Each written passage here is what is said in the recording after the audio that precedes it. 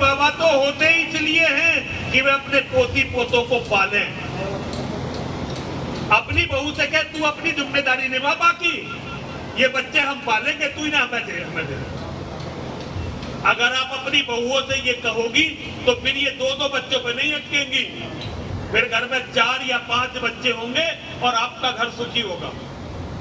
मैं तो कहता हूं कि वो महिला जो एक बेटे को जन्म देती है नागिन की तरह होती है। कैसी होती है? और तुम में से ज्यादातर ऐसी होगी, है ना? सबने यही कारनामा दिया होगा अंजाम। गीता पढ़ के देखिए, गीता ये कहती है कि दुनिया का सबसे बड़ा पाप अपने वंश का विनाश होना है। अगर बाबूजी हमारे वंश का विनाश हो गया तो हमारे जितने भी पूर्वज हैं वो सब स्वर्ग से धकेल दिए जाएंगे, क्योंकि ये माना जाता है कि किसी के भी वंश का विनाश तब होता है जब उसके सारे पुण्य समाप्त हो जाते हैं। और आप एक बेटा, फिर उसके एक बेटा, कोई ना लड़े कोई ना मरे तो अभी 5 या 6 पीढ़ी में वंश खत्म हो ही जाना है। कोई एक्सीडेंट, कोई बीमारी, दुनिया में बहुत सारे झगड़े बगड़े। वैसे तो अभी एक बहुत बड़ी समस्या इन मुसलमानों की भी है, जिनका केवल ये उद्देश्य है कि एक दिन आप सबको मार के आपके घरों पर कब्जा करेंगे और हमारी बहन बेटियों को मंडियों में बेचेंगे बलात्कार करके या अपनी रखेल बनाएंगे। मेरी बेटियों क्षमा करना, ये बात गलत है पर मुझे कहनी पड़ेगी। ये मैं झूठ नहीं बोल रहा हूं आपसे, मैं झूठ बोलने के लिए बाबा बना, झूठ बोलता ही नहीं, मैं सच बोलने के लिए बाबा बना हूं। तो मेरी बेटियों, जो गलती तुमने कर दी अब अपने बच्चों से कहना, एक तो अपने बच्चों की शादी जल्दी करना।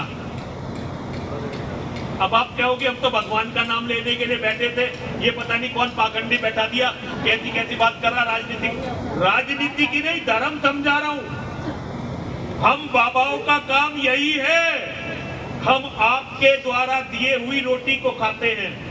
हमने जो ये कपड़े पहन रखे हैं आप में से किसी ने दान दिए हुए, ये घड़ी आपकी दान दी हुई है, ये कड़ा, ये चश्मा, हर रोटी का टुकड़ा, एक भी रोटी का टुकड़ा हमने कमाया नहीं। आप गली के कुत्ते को रोटी डालने लगो, गली का कुत्ता भी आपका वफादार हो जाएगा। तो हम तो फिर भी मानव हैं।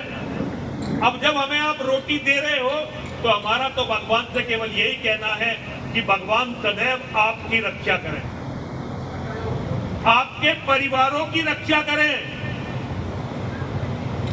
आपके बच्चों की रक्षा करें, और जो आपके बच्चों के, आपके परिवार के, आपके धर्म के शत्रु हैं, मेरी माँ और मेरे महादेव उनका विनाश करें।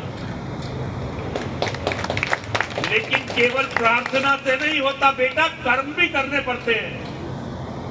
कर्म प्रधान विश्व रचि राखा, जो जस करी तो तत्फल चाखा, सकल पदार्थ है जग माही, कर्महीन नर पावत नहीं।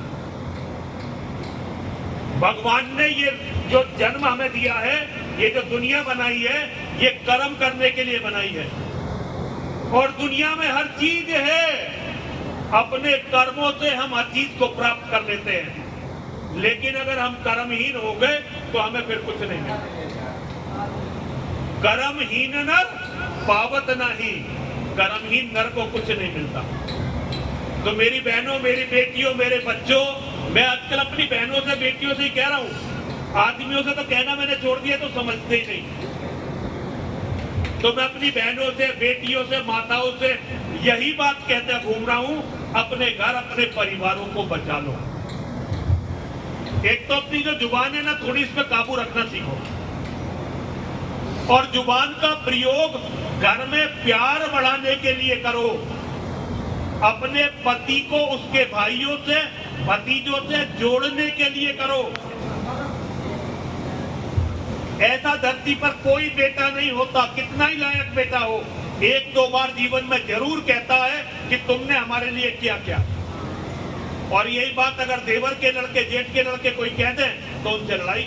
अपने लड़कों की भी तो सब झेलते हो। ये सोचो कि वे भी तुम्हारे बच्चे हैं।